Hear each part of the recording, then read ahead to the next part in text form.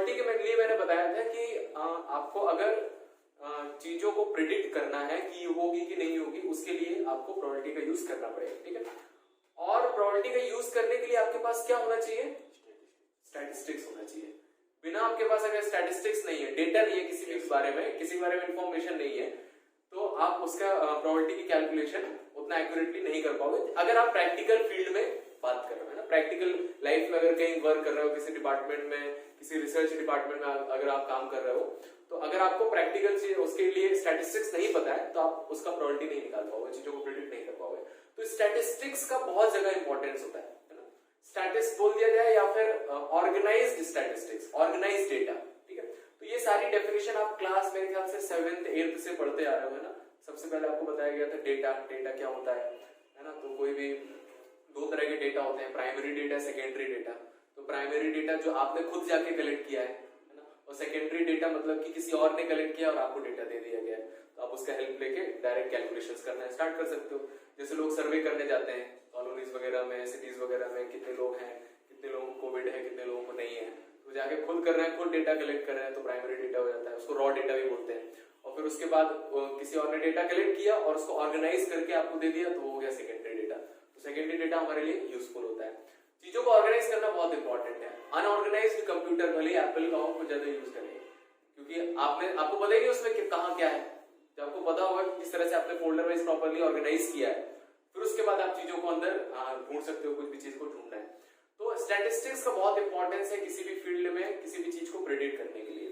तो स्टैटिस्टिक्स में हमने अभी तक क्या क्या पढ़ लिया है? स्टैटिस्टिक्स में सबसे पहले जैसे क्लास के स्टूडेंट्स हैं, तो अगर हमें क्लास का परफॉर्मेंस पता करना है कैसा है ना, तो उसके लिए कई सारे तरीके हैं। अब मैं किसी स्टूडेंट्स को उठा के पूछ सकता हूँ, भाई तुम्हारे मैथ में कितने मार्क्स आए? उसने बताया सर मेरे 90 है आउट ऑफ 100 में। तो मैं उसको देख के चलो एक प्रेडिक्ट कर सकता हूँ कि क्लास का जो लेवल है अच्छा है, मतलब कि किसी स्टूडेंट्स के 90 मार्क्स आए। तो ये एक तरीका हो गया। दूसरा तरीका हो गया कि मान लीजिए मैंने सबके मार्क्स लिए, उसका एवरेज निकाल दिया, तो एवरेज अगर 80 आ गया तो मैं बोल सकता हूँ कि ओवरऑल परफॉर्मेंस अच्छी है, ठीक है। तीसरा तरीका है, मान लो मैंने 4-5 बच्चों को खड़ा करके पूछ लिया, 100 क्लास में 100 स्टूडेंट्स हैं, 4-5 बच्चों को पूछ लिया, उसने बताया कि सर हमारे 90 सबके 90 है ना। तो काफी सारे लोगों के 90 ज्यादातर मार्क्स हैं, तो इससे हम प्रेडिक्ट कर सकते हैं कि उस क्लास का परफॉर्मेंस अच्छा है। तो कई सारी चीजें हैं, जो कई सारे तरीके हैं जो हमारे गिवन डेटा को एक वैल्यू में कन्वर्ट कर देगा, है ना, और उस वैल्यू से आप बता सकते हो। तो उस वैल्यू को कन्वर्ट करने का तरीका, एक तो मीन हो गया, आप पूरे का एवरेज निकाल दो, वो एक तरीका हो गया। दूसरा हो गया मोड, आपने कई सारे लोगों से पूछा, काफी सारे लोगों का सेम आया, तो आपने परफॉर्मेंस बता दिया, तो उसको मोड हो गया, ठीक है। और फिर उसके बाद मीडियन हो गया, आपने मिडिल वैल्यू निकाली कि मैक्सिमम कितना गया, मिनिमम कितना गया है, तो मिडिल वैल्यू इतनी है, तो अगर 100 का पेपर था तो 50 के आसपास अगर मिडिल वैल्यू आती है तो उसका परफॉर्मेंस अच्छा है। तो हर एक जगह पर अलग अलग चीजों का रिक्वायरमेंट होता है। जैसे मैंने एग्जांपल बताया आपको कि जैसे मीन है, तो मीन की जरूरत पड़ती है। जैसे क्लास का एवरेज परफॉर्मेंस पता करना है, किसी भी कंपनी में एम्प्लॉयज का परफॉर्मेंस पता करना है ना, और किसी भी चीज के बारे में एक इंफॉर्मेशन निकालनी है अगर, तो मीन का जो है सबसे ज्यादा यूज होता है, एवरेज का, है ना। लेकिन ऐसा नहीं है कि हर जगह एवरेज हमें सही इंफॉर्मेशन दे पाएगा। जैसे मैं एक एग्जांपल देता हूं, जैसे मान लीजिए कि इटावा में रेमंड का शोरूम है कोई, ठीक है। तो रेमंड क्या बोलते हैं, कपड़े बनाता है, रेमंड कपड़े बनाता है। तो उसके बाद उसने क्या किया, उसने सोचा कि मैं यहाँ पे जो सिटीजन्स रह रहे हैं उनके लिए मैं कपड़े बनवाना चाहता हूँ, ठीक है। तो उसके लिए उसको क्या चाहिए, उसको साइज पता होना चाहिए, है ना, कि अलग अलग जो लेवल के जो स्टूडेंट्स हैं या फिर जो यंगर्स हैं और एल्डर्स हैं, उनका साइज क्या होगा, उसके अकॉर्डिंग से वो उस तरह से ऑर्डर देगा और फिर उस तरह से उसका कपड़ा आएगा। तो मान लीजिए अगर ऐसा हुआ कि किसी सोसाइटी में बॉयज हैं, जैसे मान लीजिए 10 से 15 साल के लोग हैं, 15 से 30 और 30 से 40, ठीक है। तो अगर मान लीजिए उन्होंने सर्वे किया और इसमें 100 लोग मिले उनको, जो 10 से 15 की एज के थे, है ना। इसमें पता किया तो इसमें 200 लोग मिले, और इसमें फाइंड आउट किया तो मान लो 400 लोग मिले, तो इसमें 400 और इसमें 200 लोग मिले, ठीक है। तो उसको डेटा मिल गया कि इतने लोग हैं, इतने लोग हैं, और उसको उनका साइज पता है कि 10 से 15 एज ग्रुप में इतना साइज चलेगा और इसमें इतना चलेगा, इसमें इतना चलेगा। तो क्या बताओ यहाँ पर एवरेज काम करेगा? मान लो उसने पता लगाया कि हाँ, तो जो एवरेज है तो सबसे ज्यादा किस एज ग्रुप के आ रहे हैं, एवरेज निकालेंगे तो कितना आ जाएगा, 4 तो 350। और साइज उसने देखा, अगर मान लो कि इनका साइज आ रहा है 30 और इनका साइज आ रहा है 50 और इनका साइज आ रहा है 70, ठीक है, ये साइज उसने निकाली है। और उसने देखा अच्छा साइज 30 50 70 आ रहा है तो इसका एवरेज निकाल लेते हैं, एवरेज कितना आएगा 50 आ जाएगा एवरेज, तो सारी जो शर्ट्स है वो 50 साइज की बना दो। ऐसा तो होगा नहीं ना, है ना। प्रोमिनेंटली उसको किस साइज का बनाना पड़ेगा, सबसे ज्यादा लोग 400 ये है तो उसको देखना पड़ेगा। तो यहाँ पर क्या कम आएगा, मोड कम आएगा, कौन सी चीजें ज्यादा बार रिपीट है ना। इस एज ग्रुप के लोग हैं जो सबसे ज्यादा है तो उनका जो साइज है इस साइज की शर्ट सबसे ज्यादा होगा। बात नहीं समझ में, यहाँ पर एवरेज काम नहीं करेगा कि एवरेज मान लो कि एवरेज यहाँ पर जैसे मैंने बताया कि 50 साइज हो गया और यहाँ पर जैसे 4 2 6 350 लोग हैं, 350 लोग हैं और ये दिख रहा है कि ज्यादातर ये लोग हैं तो आप 50 की सारी साइज बना दो साइड शर्ट। तो हर एक जगह पर तो इस तरह से अगर हमें किसी भी इंफॉर्मेशन के बारे में पता करना है तो तीनों की जरूरत पड़ती है, ठीक है, मीन मीडियन मोड। तो इसके बारे में बहुत इलैबोरेटली आपने 9th 10th में पढ़ा होगा, बहुत इलैबोरेटली मतलब ऑलमोस्ट काफी कुछ पढ़ा होगा। तो क्या क्या होता है सबसे पहले उसको ही रिवाइज कर लेते हैं, लिखना नहीं है ये सब आपको पता है। तो सबसे पहले जो डेटा आपको मिलता है, सबसे पहले जो डेटा मिलता है प्राइमरी डेटा होता है, उसको ऑर्गेनाइज करते हैं। ऑर्गेनाइज करते हैं तो सबसे पहले टाइप के क्वेश्चंस आपने ऐसे किए होंगे, अनग्रुप्ड डेटा। अनग्रुप्ड डेटा मान लो 5 स्टूडेंट्स के मार्क्स लिखे होंगे 50 40 40 30 40 10, 6 स्टूडेंट्स के मार्क्स लिखे होंगे, 7 स्टूडेंट्स के मार्क्स, ठीक है। तो इस तरह से मैं स्टूडेंट्स के मार्क्स पूछ सकता हूँ, यहाँ लिख सकता हूँ, यहाँ पर कुछ भी ग्रुपिंग नहीं किया, अनग्रुप्ड डेटा है, ठीक है। तो अब इसमें हम मीन मीडियन मोड क्लास 8 में सीखा था। मीन कैसे निकालते हैं इसका, एवरेज कर देंगे प्लस करके किससे डिवाइड कर देंगे, 7 से डिवाइड कर देंगे। बात है समझ में। तो इसका मीन हम निकाल सकते हैं। मीन निकालने के लिए आपको ऐड करके 7 से डिवाइड करना पड़ेगा। अगर मीडियन निकालना है, मीडियन कैसे निकालते हैं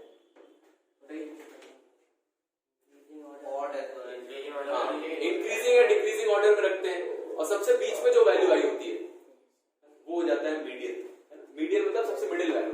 तो अगर इसको ऑर्डर में लगाएंगे तो कितना हो जाएगा 10 30 40 40 40 50 70, ये सब यूज होगा क्या। तो इसका मीडियन कैसे निकालेंगे, तो देखो कितने लोग हैं 7 है, तो 7 के जस्ट बीच में कितना आ गया 40 है, तो इसका मीडियन कितना आ जाता है 40 आ जाता है। अगर मान लीजिए इसमें एक और नंबर होता तो मीडियन कैसे निकालते, तब देखते 8 है तो मिडिल वैल्यू कितनी है 2 है, यहाँ पर एक तो 4th है और एक 5th है, तो हम क्या करते हैं इनका एवरेज निकालते हैं। बात नहीं समझ में। अगर मान लीजिए 80 है, अगर नंबर ऑफ टर्म्स ऑड है तो आप कैसे मीडियन निकालते हो, कौन सा वाला टर्म होता है n+1/2 अगर ऑड है। ये बात है समझ में, आप सेंटर में पहुंच जाओगे। जैसे यहाँ 7 है तो 4 पर कैसे आएंगे 7+1/2 आई बात समझ में। और अगर मान लो n की वैल्यू इवन है हाँ तो n/2 टर्म प्लस और उसका अगला टर्म और उसका क्या कर देते हैं एवरेज निकाल देते हैं, है ना। तो इस केस में बात करें तो सेम ही है 40 + 40/2 कितना आ जाएगा 40 हो जाएगा। बात है समझ में, ऐसे निकालते हैं मीन, इस तरह से निकालते हैं मीडियन। और मोड तो बहुत ही सिंपल है, क्या है इसका मोड जो सबसे ज्यादा रिपीट हो रहा है 40, ठीक है। तो मीडियन निकालने के लिए ऑर्डर में अरेंज करना जरूरी है, बाकी के लिए कोई ऑर्डर जरूरी नहीं, इंक्रीजिंग कर दो या डिक्रीजिंग कर दो। तो ये तो हो गया अनग्रुप्ड डेटा, जो सबसे बेसिक डेटा कोई भी कलेक्ट कर सकता है ना। लेकिन अभी दिक्कत ये आती है कि मान लो 10 बच्चों का डेटा कलेक्ट किया तो कोई दिक्कत नहीं, मान लो 100 बच्चे हैं क्लास में, तो ऐसे 100 बच्चों के मार्क्स ऐसे नहीं लिख सकते हो ना। 100 तो ठीक है, अब विवेकानंद की बात करें 6000 बच्चे तो लिखते ही रहेंगे है ना। तो अब उसके लिए क्या करना पड़ता है, ग्रुपिंग करना पड़ता है। तो फिर उसके बाद आ जाता है ग्रुप डेटा। तो ये आपने क्लास 9th में स्टार्ट किया है ग्रुप डेटा। तो ग्रुप डेटा में डेटा को ग्रुप करने के 2 तरीके होते हैं, क्या क्या होता है वो नाम भूल गए। हाँ ना कंटीन्यूअस नहीं, अरे वो 2 नाम थे सिमिलर थे, डिस्क्रीट। हाँ अरे पढ़ा है 10th में था, 9th में था डिस्क्रीट फ्रीक्वेंसी डिस्ट्रीब्यूशन DFT।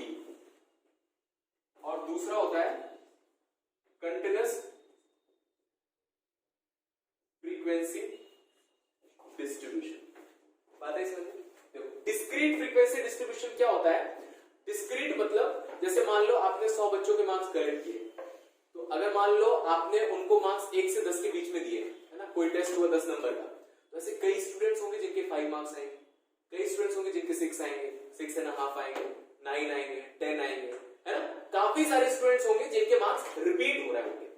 तो हम क्या करते हैं इस केस में, उनको ग्रुप कर देते हैं। किस तरह से ग्रुप कर देते हैं, तो टेबल बनाते हैं जिसमें पहले टेबल में मार्क्स लिखते हैं जिसको जनरली XI से रिप्रेजेंट करते हैं। तो जैसे मान लीजिए मैं मार्क्स की बात करूं तो 6 मार्क्स के, अगर मैं 3 मार्क्स की बात कर रहा हूं, है ना, मैंने देखा कि कई सारे स्टूडेंट्स के 3 मार्क्स हैं, सबसे पहले 3 से स्टार्ट हो रहा है, तो जितने स्टूडेंट्स के 3 मार्क्स हैं उसको मैंने यहां पर लिख लिया, और ये क्या होता है FI, फ्रीक्वेंसी, है ना, मतलब ये मार्क कितनी बार रिपीट हो रहा है ना। तो एक्चुअल में क्या लिखा है 3,3,3,3,3, उसको आपने ग्रुप करके एक में कर दिया, 3 कितने बार लिखा है 5। इसी तरह से आगे गए, मान लो 4 मार्क्स लिखे हुए हैं, ये 15 स्टूडेंट्स के मार्क्स हैं, ठीक है। इसी तरह से 5 मार्क्स लिखे हैं, 16 स्टूडेंट्स के मार्क्स हैं, 7, 8, 8.5, इस तरह से 10, 15, 20 जितना भी होगा। ये बात है समझ में। तो इसको बोल देते हैं ग्रुपिंग किया, हमने ग्रुप बना दिया, है ना। लेकिन फिर भी हम क्लियरली बता सकते हैं कि ऐसे 5 बच्चे हैं जिनके मार्क्स 333 है ना, इसमें कोई डाउट है नहीं, है ना, एकदम क्लियरली बता सकते हैं कि 15 बच्चे हैं जिनके मार्क्स, सबके मार्क्स कैसे हैं 4 है। तो हमें सबके मार्क्स डिस्टिंक्टली पता है क्लैरिटी के साथ, इसलिए डिस्क्रीट का मतलब होता है डिस्टिंक्ट। डिस्टिंक्ट मतलब आपको श्योरली पता है कि इसके मार्क्स इतने थे, ठीक है, ये बात है समझ में। अब इसके बाद continuous frequency distribution. Continuous frequency distribution की क्या जरूरत पड़ी, मान लो मैंने 100 नंबर का टेस्ट करवाया, तो अब 100 नंबर में टेस्ट करवाया और 100 बच्चे हैं, तो अब ऐसा तो होगा नहीं ना कि आपको मिल जाएंगे ऐसे, मान लो 3 मार्क्स वाले 2-3 मिल गए, है ना, 1 मार्क्स वाले मिल गए, 1.5 वाले होंगे, उसमें 0 वाले होंगे, ऐसे तो बहुत सारे वैरायटी आएंगे। सोचो इसमें अगर हम सबके मार्क्स अलग अलग वैरायटी के मार्क्स जितने भी हैं उसको हम लिख के डालने लगे तो ऐसे बहुत सारी रोज आ जाएंगे। बात है समझ में कि नहीं। 1 से लेकर 100 तक अगर आपने मार्क्स दिए हुए तो सोचो कम से कम किसी के 1 मार्क हुए, किसी के 2 मार्क्स हुए, तो 1 मार्क वाले यहाँ लिखेंगे, फिर 2 मार्क, फिर 3 मार्क, 4 मार्क, 5 मार्क, इस तरह से 100 मार्क्स में चले जाएगा, तो उसमें फिर गड़बड़ हो जाती है इतना सारा डेटा। तो हम क्या करते हैं उसको किसमें डिवाइड कर देते हैं, किसमें, हाँ इंटरवल्स में डिवाइड कर देते हैं, है ना, इंटरवल्स में डिवाइड कर सकते हैं। तो इंटरवल में कैसे डिवाइड कर सकते हैं, तो जैसे मान लो 100 स्टूडेंट 100 तक के मार्क्स हैं, तो 0 से लेकर 10 तक के मार्क्स हैं, ठीक है, 10 से लेकर 20 तक, 20 से लेकर 30 तक, इस तरह से लास्ट में 90 से लेकर 100 तक। फिर उसके बाद हम देख लेते हैं कि 0 से 10 के बीच में कितने स्टूडेंट्स के मार्क्स हैं। मान लो उनको 15 स्टूडेंट्स के मार्क्स मिले, इस तरह से हम इसको यहाँ पर भर देते हैं काउंटर। आई बात समझ में। तो इसको भी XI बोलते हैं, ये भी मार्क्स है और ये भी क्या है फ्रीक्वेंसी। इसमें हम क्लियरली नहीं बता सकते, हम ये नहीं बता सकते कि 15 बच्चों के मार्क्स क्या है इसको देख के, लेकिन हम ये बता सकते हैं कि उनके मार्क्स 0 से 10 के बीच। बात है समझ में, है ना। इसलिए इसको डिस्टिंक्ट बोलते हैं, डिस्क्रीट बोलते हैं, इसको कंटीन्यूअस फ्रीक्वेंसी डिस्ट्रीब्यूशन बोलते हैं। अब इसमें भी 2 तरह की कंटीन्यूअस फ्रीक्वेंसी डिस्ट्रीब्यूशन होते हैं, याद है। एक में 0 से 10 या उसमें 0 से ना भूल गए बहुत पहले। चलो कॉन्सेप्ट याद है। एक में क्या होता है 0 से 10 और एक में 11 हाँ बीच में डिफरेंस हो जाता है, तो नाइट टूट जाता। तो एक होता है इंक्लूसिव, हाँ एक्सक्लूसिव, और दूसरा होता है एक्सक्लूसिव। तो इंक्लूसिव और एक्सक्लूसिव में क्या होता है, कौन सा एक्सक्लूसिव कौन सा एक्सक्लूसिव है, ये वाला एक्सक्लूसिव है, हाँ ये वाला एक्सक्लूसिव है, दूसरा वाला इंक्लूसिव। ये कैसे याद है, एक्सक्लूसिव मतलब एक्सक्लूड करते हैं। हाँ इसी तरह से मैंने बताया था। एक्सक्लूसिव का मतलब ये है कि अगर मान लो आपसे पूछा जाए मार्क 10 जो है इसमें थोड़ी गड़बड़ है, मार्क 10 कौन सी रो में आएगा, तो दिख रहा है पहले में भी है दूसरे में भी है ना। तो हम क्या करेंगे, तो पहले किसमें इंक्लूड होता है, सेकंड वाले में, फर्स्ट वाले में, सेकंड वाले में इंक्लूड होता है ना। तो यहाँ पर 10 नहीं है, यहाँ पर 20 नहीं है, 20 यहाँ पर है ना। तो अगर किसी स्टूडेंट्स के मार्क्स 20 आए हैं तो आप अगर पूछना चाहते हैं कि 20 मार्क्स आएंगे तो उसको किसमें इंक्लूड करेंगे, इस वाले रो में इंक्लूड करेंगे। तो ये अपनी जगह से एक्सक्लूड कर दिए गए, हटा दिए गए, इसलिए इसको क्या बोलते हैं एक्सक्लूसिव, ठीक है। और फिर जब इस तरह से जाता है 0 से 10, फिर 11 से लेकर 20, और फिर 21 से लेकर 30, और लास्ट में 91 से लेकर 100 तक। तो इसमें 10 इस पर इंक्लूडेड है अपनी जगह पर, इसलिए इसको क्या बोल देते हैं इंक्लूसिव, ठीक है। तो आपने ये सारे इस तरह की वैरायटीज की होगी। अब इसमें क्या होता है, तो कौन सा अच्छा होता है, एक्सक्लूसिव वाला। क्यों,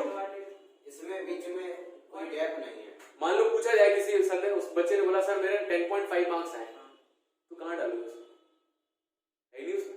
देखो 0 से 10 और 11 से 30 आए बात समझ में, है ना? तो इसीलिए ये उतना इफेक्टिव नहीं होता। तो क्वेश्चन आपके ऐसे भी दिए रहते हैं, ऐसे भी दिए रहते हैं। तो अगर ऐसे दिए रहते हैं तो कोई दिक्कत नहीं, और ऐसे दिए रहता है तो हमें क्या करना रहता है, इसको इसमें कन्वर्ट करना रहता है। इसको कैसे कन्वर्ट करते हैं? कन्वर्ट करने का तरीका बताया 0.5 प्लस कर देते हैं, इसको 0.5 आगे किसका दीजिए, इसको 0.5 पीछे कर दीजिए, है ना? तो ये इंटरवल्स क्या हो जाते हैं, फ्रीक्वेंसी सब वैसी आती है ना, तो इसके इंटरवल्स क्या होते हैं 0 से लेकर 10.5 और फिर 10.5 से लेकर 20.5 इस तरह से करते जाते हैं। आया बात समझ में? तो ये सारी चीजें थी। अब हमने अनग्रुप्ड डेटा का मीन मीडियन मोड तो देख लिया, अब ग्रुप्ड डेटा का इनका हमें मीन मीडियन मोड निकालना है, कैसे निकालते हैं, ठीक है? तो इस तरह की टेबल का मीन मीडियन मोड था क्लास 9th में, और इस तरह की टेबल का था क्लास 10th में। ये भी आता है 10th में, लेकिन ये 10th में इंट्रोड्यूस किया गया था। तो इसका बताइए मीन कैसे निकालते हैं? हाँ, sigma fi xi upon sigma fi है। इस फॉर्मूले का फील होना चाहिए। फील मतलब जैसे मान लो इसका तो हमें दिख रहा है एवरेज निकल रहा है, इसका भी हम यही निकाल रहे हैं, एवरेज निकाल रहे हैं। देखो सिग्मा fi xi कर रहे हैं तो हम इसको मल्टीप्लाई करेंगे 5 × 3 15, है ना, 15 24 60 इस तरह से, और इसको पूरा ऐड करेंगे, ठीक है? तो नीचे तो हमें दिख रहा है कि क्या कर रहे हैं, सिग्मा fi है क्या, क्लास में टोटल कितने लोग हैं, यही तो लिखा हुआ है ना? ये अगर मार्क्स 5 बार रिपीट हुए मतलब 5 लोग हैं, है ना, और ये 15 लोग हैं, तो टोटल मार्क्स, टोटल कितने लोग हैं वही तो लिखा था नीचे, टोटल कितनी एंट्रीज है, तो वो नीचे आ गया, है ना? अब ये क्या बताया, सिग्मा fi मतलब मैंने 3 को 5 से मल्टीप्लाई किया। 3 को 5 से क्यों मल्टीप्लाई किया, क्योंकि 3 मार्क्स कितनी बार रिपीटेड है, 5 बार रिपीटेड है। तो ये क्या लिखा हुआ है 3 + 3 + 3 + 3 + 3, है ना, और प्लस 4 कितनी बार लिखा हुआ है, 15 बार लिखा हुआ है। तो मल्टीप्लाई करना, मल्टीप्लाई क्यों किया, हम ऐड ही कर रहे हैं, है ना? 3 को कितनी बार ऐड किया, 5 बार, 4 को कितनी बार ऐड किया, 15 बार। तो ऊपर वही लिखा हुआ है जो ऊपर लिखा, सारे मार्क्स को ऐड कर रहे हैं, बात नहीं समझ में? तो इस तरह से इसका मीन निकालते हैं। फिर उसके बाद मीडियन कैसे निकालते हैं, मीडियन कैसे निकालते हैं, तो उसके लिए अगर आपको याद हो कम्युलेटिव फ्रीक्वेंसी निकालते हैं। मीडियन निकालना है तो बीच वाली वैल्यू निकालनी है। तो सबसे पहले तो हमें पता होना चाहिए कि कितने हैं टोटल, तो हम क्या करते हैं यहाँ पर कम्युलेटिव फ्रीक्वेंसी निकालते हैं, है ना? तो 5 हो गया, 5 + 15 कितना 20 हो गया, 20 + 16 36 46 46 51 61 एंड 81, ठीक है? तो टोटल ये क्या बताता है कम्युलेटिव फ्रीक्वेंसी, मतलब कि आप अगर 5 मार्क्स तक की बात करोगे तो कितने स्टूडेंट्स कवर हो गए, 36 स्टूडेंट्स हो गए। 5 मार्क्स तक पूछा जाए कि 5 नंबर तक कितने स्टूडेंट्स हैं, तो आप बता सकते हो कितने, 36 है, क्योंकि देखो 5 नंबर तक हमने ये पूरा ऐड कर दिया, ये 5 + 15 + 16, बात है समझ में, है ना? समझ में आ रहा है? हाँ, तो अब देखो ये अगर टोटल है, टोटल 81 लोग हैं क्लास में, 81 लोग हैं। मीडियन क्या बताया था मैंने, मिडिल वैल्यू बताई थी। तो अभी यहां पर बताया कि अगर 81 होगा तो मिडिल वैल्यू कौन सी होगी, 81 + 1/2 82/2 41, है ना? तो अगर आपको याद हो इसमें कैसे चेक कर सकते थे, कहते थे 41 मतलब जहां पर आया है उसके जस्ट बाद वाली वैल्यू लेते थे, है ना? उसके जस्ट बाद वैल्यू वो कौन सी, 46। तो 46 को देख के बता देते थे कि मीडियन कितना है, 7 है। कैसे हुआ सोचो, कितना आया, 42 वैल्यू पर जाना है हमें, 36 तक वो है ही नहीं, उसके बाद ऐड हुआ क्यूमुलेटिव फ्रीक्वेंसी। अरे चलो कोई बात नहीं, 5 मान लीजिए, ठीक है, ठीक है? 46 बता रहे थे, 46 कैसे आने वाला क्यों नहीं? 46 इसके रिस्पेक्ट में कौन सी वैल्यू है, ये 46 के लिए ये है ना, 7 ही तो आया, बातें समझने की नहीं, है ना? 81 टोटल हो गए, तो मिडिल वैल्यू पर जाएंगे 81 + 1/2 41। अब आप सोचो, ऐसे सोचो, ये सारे मार्क्स आपके सामने लिखे हुए, फ्रीक्वेंसी कैसे भूल जाओ, 3 में लिखा है 5 बार, है ना, और 4 भी लिखा है 15 बार लिखा हुआ। आपको स्टार्ट से काउंट करके 41st वैल्यू पर जाना है, तो कौन सी वैल्यू पर जाओगे, देखो 5 वैल्यू यहां कवर हो गई, 20 तक यहां कवर हो गई, 36 तक यहां कवर हो गई, 36 तक हम किस पर रुक गए, 36th वैल्यू कौन सी है, 5 है। अब उसके बाद क्या आने लगेगा, 7 आने लगेगा, कितनी बार आएगा, 10 बार आएगा, तो 7 उसके बीच में ही कहीं 41 मिल जाएगा, बात है समझ में? इसीलिए 41 के जस्ट बाद वाली जो वैल्यू आती है ना, वो उसका जो रिस्पेक्टिव x लेते हैं, वो होता है मीडियन। ये बात क्लियर है कि नहीं? है ना? जो वैल्यू आपने n/2 निकाला उसका जस्ट नेक्स्ट वैल्यू देखिए और फिर वहां से आपको पता चल जाएगा मीडियन। तो यहाँ टेबल से देखिए आप मीडियन निकाल सकते हैं, इसका मीडियन 7 है। और मोड कैसे निकालते थे? सबसे ज्यादा कौन सा रिपीट हो रहा है? 5 हो रहा है, हाँ, जिसकी सबसे ज्यादा फ्रीक्वेंसी है। तो आंसर कभी फ्रीक्वेंसी नहीं आता है, फ्रीक्वेंसी कुछ होता ही नहीं, हमें तो नंबर से मतलब है ना। कभी कभी स्टूडेंट्स कंफ्यूज जाते हैं कि 16 आंसर दे कि 5 आंसर दे, 16 ज्यादा लेंगे, है ना? तो 16 नहीं है कुछ, ये 5 है जिसकी वजह से 16 है ना। ये वैल्यूज इंपॉर्टेंट है। मीन इसी से आता है, मीडियन इसी से आता है, मोड भी इसी से आता है। बात है समझ? तो इस तरह से इसका निकालते हैं ग्रुप फ्रीक्वेंसी डिस्ट्रीब्यूशन। ये मैं इसलिए पढ़ा रहा हूं क्योंकि आगे हम जब करने वाले ना यही चीज सब करने वाले हैं, तो ये सारी चीजें क्लियर होनी चाहिए, फिर उसमें अटकना नहीं चाहिए। अब देखो एक्सक्लूसिव इंक्लूसिव, तो इंक्लूसिव से एक्सक्लूसिव में तो कन्वर्ट करना आ गया। अब इसका निकालना है मीन मीडियन मोड। तो मीडियन और मोड निकालना है तो बहुत सिंपल है, उसका तो डायरेक्ट फॉर्मूला है, उसमें दिमाग में निकालना है ना। मीन निकालने के लिए हमने बहुत माथा पच्ची की थी। क्या क्या किया था? 3 मेथड थे। Depends upon the level of question. कितने बड़े बड़े डेटा दिए हुए हैं, ज्यादा बड़े डेटा हो जाते तो आगे वाला मेथड। सबसे पहला मेथड क्या था? बिल्कुल नहीं पता, डायरेक्ट मेथड। दूसरा वाला क्या था? Assumed mean method. और तीसरा था स्टेप डिविजन मेथड। बीच वाले में एच थी, बीच वाले में थी। हाँ, नहीं बीच वाले में क्या था? एच। ए, बीच वाले में इसमें ए था और एच था। तो डायरेक्ट मेथड में क्या करते हैं? तो ये xi दिया हुआ है ना। हमें करना वही है कि मार्क्स चाहिए, हमें 15 लोगों के मार्क्स चाहिए।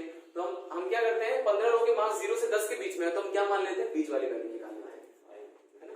तो ये इंटरवल आ जाता है, तो इंटरवल इसको लिख देते हैं और फिर xi हम निकालते हैं, तो बीच वाली वैल्यूज कितनी आ जाती है? 5, 15 आ जाती है। तो हम ये मार्क्स कंसीडर कर लेते हैं और जैसे हमें ये पता चल गया आपका क्वेश्चन उस पर कन्वर्ट हो गया, आराम से निकाल सकते हो, है ना। तो डिस्क्रीट हो गया यहाँ से। तो हम क्या कर देंगे यहाँ पर? सिग्मा xi fi, वही फॉर्मूला लग जाएगा। इसका फॉर्मूला क्या होता है? Sigma fi xi upon sigma fi।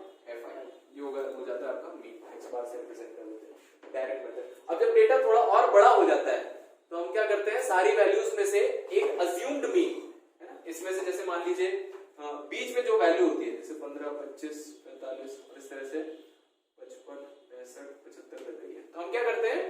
बीच में से कोई एक वैल्यू अपनी तरफ से उठा लेते हैं। मान लिया 45, कोई भी उठा ले, कोई दिक्कत नहीं है उसमें, है ना। आप अगर 75 भी उठा लेंगे तब भी आंसर आ जाएगा। e की वैल्यू जो होती है ना, अगर आपको याद हो, इसमें से एक ए कंसीडर करते हैं, तो बीच वाली वैल्यू 45। तो हम क्या करते हैं? सारी वैल्यूज में से 45 को सब्ट्रैक्ट कर देते हैं।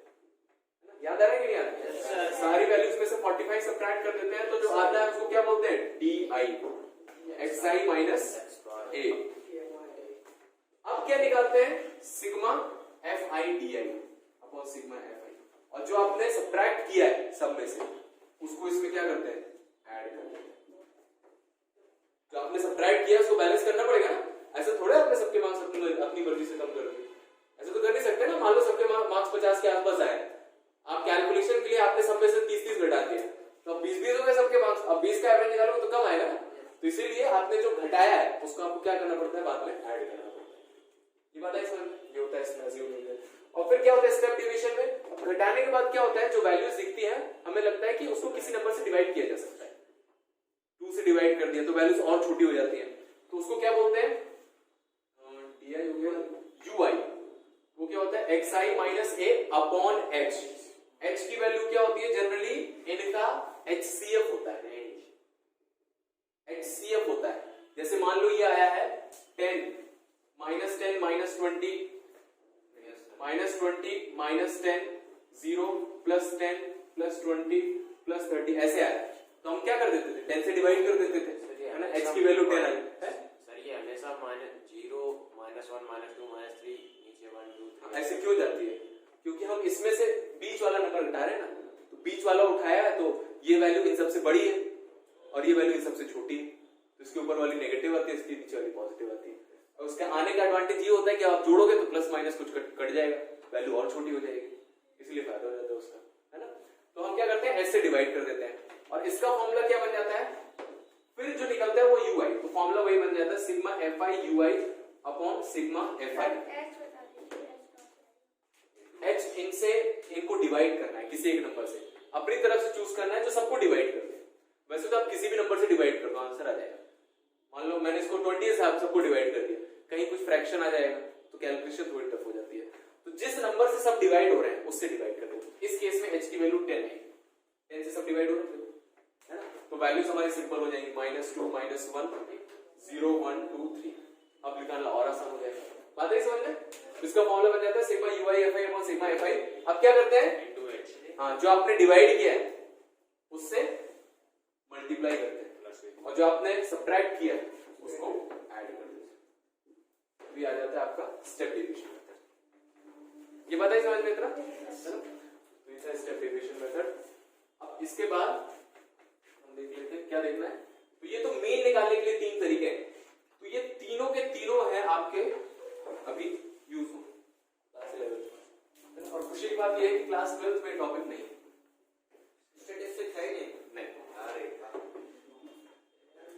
ये वहां कैलकुलस से नहीं भी हो पाओगे। हाँ देखो, तो मीन हो गया, इंटीग्रेशन डिफरेंशियल में घूम जाएगा तो देखो ये तो मीन हो गया। फिर उसके बाद मीडियन कैसे निकालते हैं बताइए, कौन बताएगा? Median capital N/2 minus cumulative frequency into L plus तो भूल गए प्लस L ये होता है मीडियन केस। तो अब इनकी वैल्यूज निकालनी पड़ेगी ना, तो कम्युलेटिव फ्रीक्वेंसी हम निकाल लेते हैं आराम से। तो ये फ्रीक्वेंसी जो दी हुई है इसको ऐड करते लिखते जाते हैं, 15 15 प्लस 2 17 17 प्लस 3 20 और 20 प्लस 10 30, इस तरह से निकाल सकते हैं। ठीक है, कम्युलेटिव फ्रीक्वेंसी पता चल गई। तो अब क्या करते हैं, इसमें क्या निकालते हैं, मीडियन क्लास निकालते हैं। मीडियन क्लास है ना, तो आप सोचिए मीडियन कैसे निकालते थे। कम्युलेटिव फ्रीक्वेंसी निकाल लिया, सबसे लास्ट में जो आया मान लो 100 आया, उसका हाफ करते हैं 50, उसका जस्ट जो वैल्यू है यहाँ पर, जैसे मान लो ये आया आपका 58 आया, ठीक है, 2 से डिवाइड किया 29 आया, उसकी जो नेक्स्ट वैल्यू 30, उसके रिस्पेक्ट में जो इंटरवल है मान लो 30 से 40, ये क्या होता था आपका मीडियन क्लास।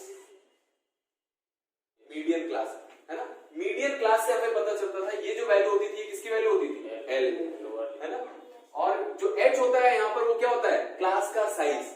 क्लास का साइज कितना है 10, ठीक है। और फिर उसके बाद इसके रिस्पेक्ट में जो आता है वो फ्रीक्वेंसी लेते हैं और उसके ऊपर वाली कम्युलेटिव फ्रीक्वेंसी लेते हैं। ये याद रखना, इसके रिस्पेक्ट वाली फ्रीक्वेंसी लेते हैं और कम्युलेटिव फ्रीक्वेंसी उसके ऊपर वाले इंटरवल की लेते हैं और यहाँ वैल्यू रख देते हैं। तो देखो एल हमें लोअर पता चल गया 30 प्लस एन कितना हो जाएगा टोटल 58/2 29 माइनस कम्युलेटिव फ्रीक्वेंसी उसके ऊपर वाले की 20 और फ्रीक्वेंसी इसकी कितनी आ जाएगी 10 और मल्टीप्लाइड बाय क्लास साइज कितना हो जाता है 10। इसको कैलकुलेट कर लेंगे आंसर आ जाएगा। ये वैल्यू नेगेटिव आ सकती है,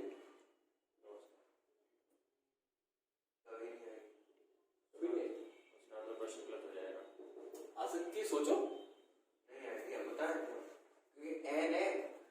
मान लो हमने टेम्परेचर का एवरेज निकाला, सोचो टेम्परेचर का मीन निकाला, नेगेटिव आ सकता है, तो उसमें डाटा भी तो नेगेटिव हो। हाँ हाँ वही बोल रहा हूँ मैं, वैल्यू आ सकती है, डेटा पर डिपेंड करता है, डेटा पर डिपेंड करता है, मोस्टली तो आपकी नहीं आएगी। तो इस तरह से मीडियन निकालते हैं। और मोड कैसे निकालते हैं, मोड तो निकालना सिंपल होता है, सबसे ज्यादा कौन सा रिपीट हो रहा है, F0 0, जैसे मान लो ये 20 है, 10th में थे तो क्या होगा 10th में, हाँ तो 10th में थे तो F1 माइनस F0 ये बता रहा है 10th F1 माइनस F0 और फिर इसका डबल कर दो 2F1 माइनस F0 और माइनस F2 और into H प्लस L। तो इसके लिए जो क्लास निकालते हैं उसका नाम क्या होता है, मॉडल क्लास। मोड के लिए मॉडल क्लास, मीडियन के लिए मीडियन क्लास। तो मॉडल क्लास निकालना बहुत आसान होता है, जो सबसे ज्यादा रिपीट हो रहा है 20 उसकी जो क्लास हो जाती है वो मॉडल क्लास हो जाती है। ठीक है, अब इसमें हमें सारे वैल्यूज पता है। अब ये कैसे पता करेंगे, F1 F0 और F2, F0 कोई F1 उसके ऊपर वाली है, हाँ तो देखो ये इसको ऑर्डर में देखेंगे तो सबसे पहले आएगा F0 फिर F1 और फिर F2, ये होती है जो हमने मॉडल क्लास निकाली। तो उसके इसकी ये फ्रीक्वेंसी f1, इसके ऊपर f0 और इसके नीचे f2, और ये वैल्यूज रख के आप इसको कैलकुलेट कर सकते थे। मीन मीडियन मोड था। मीन मीडियन मोड में एक रिलेशन भी था, याद है क्या?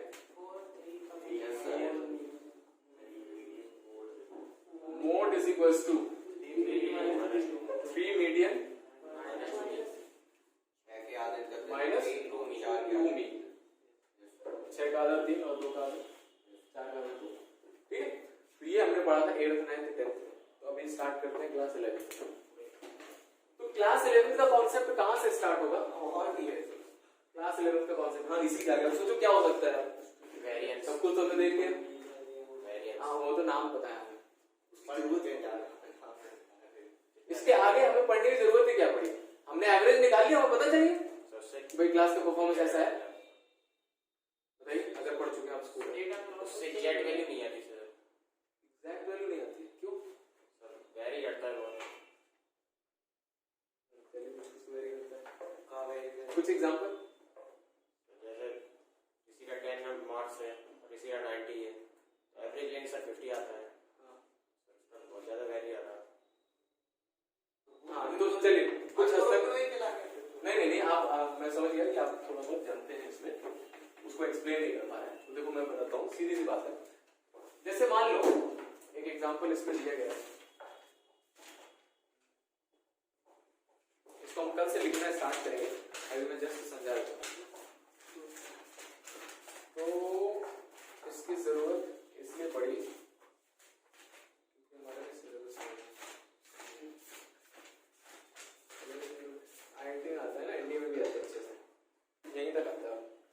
देखो मान लो अगर हमारे पास ये डेटा है 1, 5, 9, 13, 17, एक दूसरा डेटा है 3, 6, 9, 12, 15, और एक तीसरा डेटा है 7, 8, 9, 10, 11।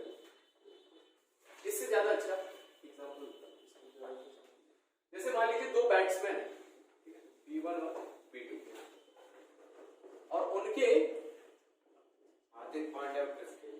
अलग अलग मैचेस के रन्स लिखे हुए हैं यहाँ पर।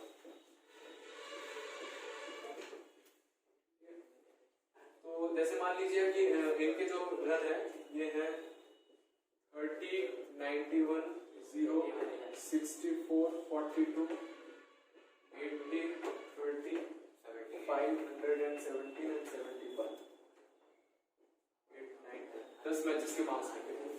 सेकेंड बैट्समैन के लिए मार्क्स हैं 53, 46, 48, 50, 53, 53, 58, 60, 57 एंड 52। ठीक है, देखो ये उनके 10 मैचेस के मार्क्स हैं। ठीक है, अब मुझे इनकी परफॉर्मेंस पता करनी है कि इनकी परफॉर्मेंस कैसी है। ठीक है, तो मैंने क्या किया, उनके मार्क्स का एवरेज निकाला। ठीक है, मीन निकाला और मीडियन निकाला, फर्स्ट बैट्समैन के लिए और सेकंड बैट्समैन के लिए। ये कौन सा फ्रीक्वेंसी डिस्ट्रीब्यूशन है? सबसे सिंपल वाला, 8th क्लास में जो पढ़ा था ना, सारी वैल्यूज दी हुई है, ऐड करके आप डिवाइड कर दीजिए 10 से, मीन आ जाएगा, है ना। मिडिल वैल्यू ले लीजिए तो ये आ जाएगा, मीडियन आ जाएगा। तो मैंने निकाला फर्स्ट बैट्समैन के लिए, उसका मीन आएगा, आप निकालोगे इसमें 53 आएगा, मोड भी 53 आएगा, और सेकंड के लिए भी 53 आएगा, और उसके लिए भी 53 आएगा। दोनों वैल्यू सेम आ रही है। तो अगर आपको सिर्फ ये बता दिया जाए और पूछा जाए ये बताइए किसका परफॉर्मेंस अच्छा है, बताओ